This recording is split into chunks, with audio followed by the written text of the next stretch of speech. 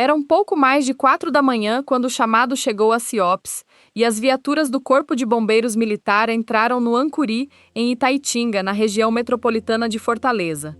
O clarão vinha de um carro parado, ainda em chamas. Quando o fogo cedeu, havia um corpo lá dentro. Mas o que as horas seguintes revelariam não estava naquele carro. Estava no depoimento de quem tinha saído do batalhão com ele naquela madrugada, vestindo a mesma farda, e que antes do fim do dia deixaria de ser tratada como sobrevivente para ser tratada como suspeita. Antes de continuar, se inscreva no canal e ative o sininho. O Brasil em Alerta reconstrói cada caso inteiro, com o tempo que ele precisa, e é a inscrição de vocês que sustenta este trabalho. Agora, ao caso. O incêndio já tinha consumido a maior parte do veículo quando as guarnições conseguiram se aproximar. Os bombeiros apagaram o fogo, e ao abrir o que restava do carro, encontraram o corpo. A perícia foi acionada ainda de madrugada. No entorno, segundo documentos policiais citados pelo jornal Diário do Nordeste, foi localizado um recipiente de combustível. Os mesmos documentos, ainda de acordo com o jornal, indicam que o homem encontrado dentro do carro estava fardado e algemado. Não é um detalhe qualquer. Algemas não são um objeto que aparece por acaso dentro de um carro incendiado, e a farda dizia a que instituição aquele homem pertencia. Vale registrar de onde vem essa informação. Não de um laudo público, não de uma decisão judicial, mas de documentos da investigação relatados pela imprensa que acompanha o caso. É o material disponível até aqui, e é assim que ele vai ser tratado neste vídeo. A identificação veio ainda naquela manhã. O carro era dele. A farda era dele. E o batalhão onde ele tinha trabalhado até poucas horas antes ficava ali perto, na mesma região metropolitana. O caso foi para a Delegacia de Homicídios contra Agentes de Segurança Pública, a DASP, que integra o Departamento de Homicídios e Proteção à Pessoa da Polícia Civil do Ceará.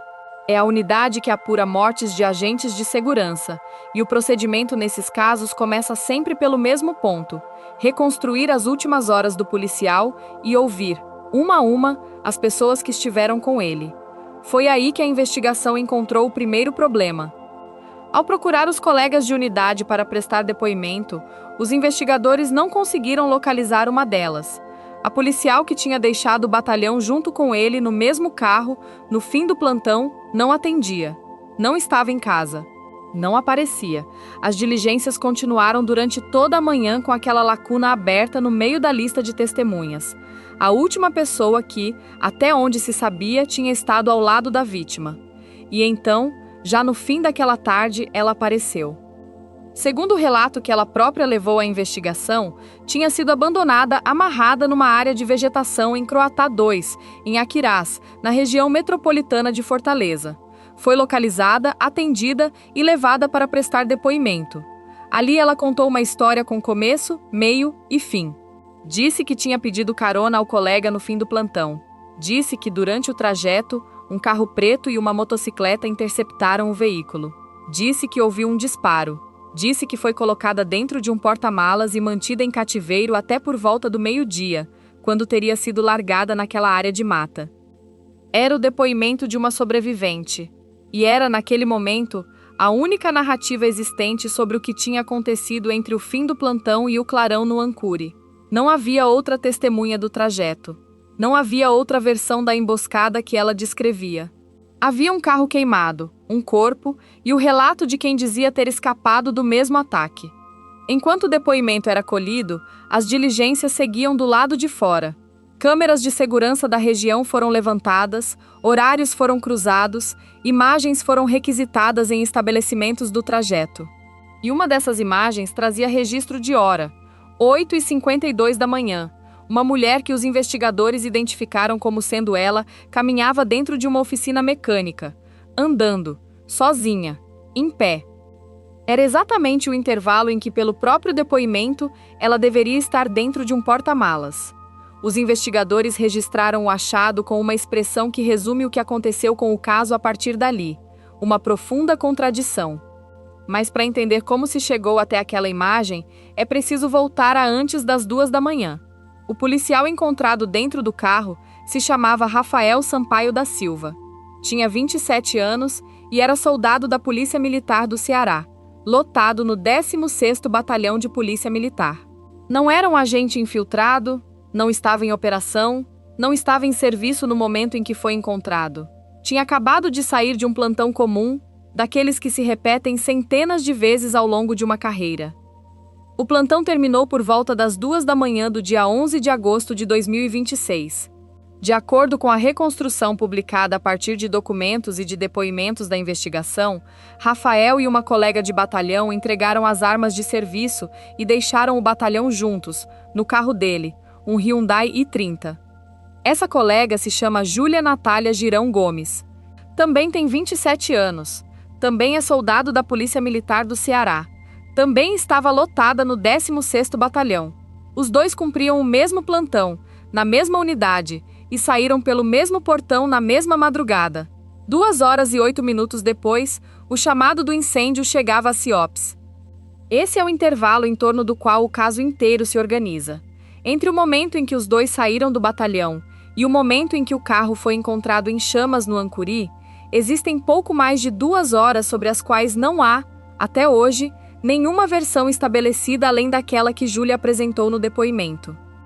Sobre o que aconteceu com Rafael dentro desse intervalo, o que está sustentado por fonte oficial é uma linha só, e é uma linha dura. A Secretaria da Segurança Pública informou que a perícia forense do estado do Ceará constatou lesões por arma de fogo produzidas quando a vítima ainda estava viva, seguidas de carbonização. Ou seja, Rafael foi atingido antes do fogo. Quantos disparos, de que arma, de que calibre, a que distância, em que trajetória, nada disso foi divulgado. O laudo completo não é público. Quem afirmar mais do que isso está preenchendo lacuna com suposição. A morte de um policial militar em serviço ou fora dele aciona um circuito institucional próprio, e ele foi acionado. No mesmo dia 11, o Ministério Público do Estado do Ceará designou uma força-tarefa para acompanhar a investigação. 5 promotores designados, mais o titular da 2ª Promotoria de Justiça de Itaitinga. 6 promotores acompanhando um único inquérito de homicídio. É uma medida que o próprio Ministério Público comunicou publicamente e que dá a dimensão institucional do que estava sobre a mesa. Há ainda um dado sobre Júlia que apareceu na apuração e que precisa ser dito com precisão, porque é exatamente o tipo de informação que costuma ser distorcida. A Secretaria da Segurança Pública informou que ela já havia sido indiciada pela Polícia Civil em setembro de 2025, em um inquérito conduzido pela Delegacia de Repressão aos Crimes Cibernéticos, em uma apuração que a cobertura relaciona a estelionato, ocultação de bens e organização criminosa. Indiciamento não é condenação. É o ato pelo qual a autoridade policial aponta alguém como investigado ao encerrar ou encaminhar o inquérito, e depois disso ainda vem o Ministério Público, a denúncia, o processo e a sentença. Aquele procedimento é anterior, é de outra natureza, e não guarda relação estabelecida com a morte de Rafael. Consta aqui porque consta na apuração, e não porque explique alguma coisa sobre esta madrugada. E há um ponto sobre o qual é preciso ser explícito, porque é onde a cobertura mais escorrega. O motivo da morte de Rafael não está estabelecido. Circula como linha de apuração a hipótese de um desdobramento ligado a uma suposta relação afetiva. É uma hipótese de investigação, não é uma conclusão, e Júlia negou em depoimento ter mantido relacionamento amoroso com Rafael. Enquanto não houver documento que sustente, motivo é campo em branco. O que a investigação construiu, ela construiu por cruzamento, e vale olhar como. O ponto de partida foi o horário, fim de plantão registrado, entrega de armas registrada, saída do batalhão observada por colegas. A partir daí, a investigação tinha um par de pessoas, um carro identificado e uma janela de tempo fechada nas 2 pontas. Às 2 da manhã eles saíram. Às 4h08 o carro já queimava. Dentro dessa janela, o único relato disponível era o de Júlia, e um relato só se testa contra material externo. Foi o que os investigadores fizeram. Pegaram cada trecho do depoimento com marcação de horário e foram procurar registro que confirmasse ou contradissesse. Câmeras de estabelecimentos, imagens de via, o local onde ela foi encontrada depois, os depoimentos de quem os viu sair. A imagem das 8h52 foi o que não fechou. E aqui é preciso ser rigoroso, porque é fácil transformar essa gravação em prova de coisas que ela não prova. O que a imagem documenta, segundo a investigação, é uma incompatibilidade entre o relato de cativeiro e o que a câmera registrou naquele horário. Ela não mostra a morte de Rafael, não mostra a arma, não identifica autor de disparo, não estabelece participação. E não foi localizado publicamente nenhum laudo de autenticação ou de reconhecimento técnico dessa gravação. Há também o que não existe no material disponível. Não há duração de inquérito divulgada, porque o inquérito segue aberto. Não há registro público de um momento em que a apuração tenha estado prestes a cair. Não há, até o fechamento desta apuração, denúncia formal do Ministério Público por esta morte. Ainda no dia 11 de agosto, depois do depoimento e das diligências que apontaram as contradições de horário, Júlia Natália Girão Gomes foi autuada em flagrante por suspeita de envolvimento no homicídio do soldado da Polícia Militar do Ceará. A formulação importa, e vou repeti-la com cuidado. Suspeita de envolvimento. Não é condenação. Não é sentença. Não é sequer denúncia aceita. Até o fechamento desta apuração, não foi localizada denúncia formal do Ministério Público contra ela por esta morte. Júlia é, na fase em que o caso se encontra, suspeita. Nada além disso está estabelecido, e nada além disso será afirmado aqui. No depoimento, além de negar relacionamento amoroso com Rafael, ela optou por não responder parte das perguntas, alegando risco para ela e para a família. A defesa se manifestou no dia seguinte. O advogado Valmir Medeiros afirmou que não há prova contra ela e classificou os elementos conhecidos como presunções. São presunções, disse. É a posição da defesa, e ela entra aqui com o mesmo peso que teve a nota da Secretaria da Segurança Pública. Mas não foi só isso. Na noite do mesmo dia 11, em Fortaleza, foi preso Antoneudo Ribeiro Lima Júnior, companheiro de Júlia. E aqui está o ponto que boa parte da repercussão embaralhou.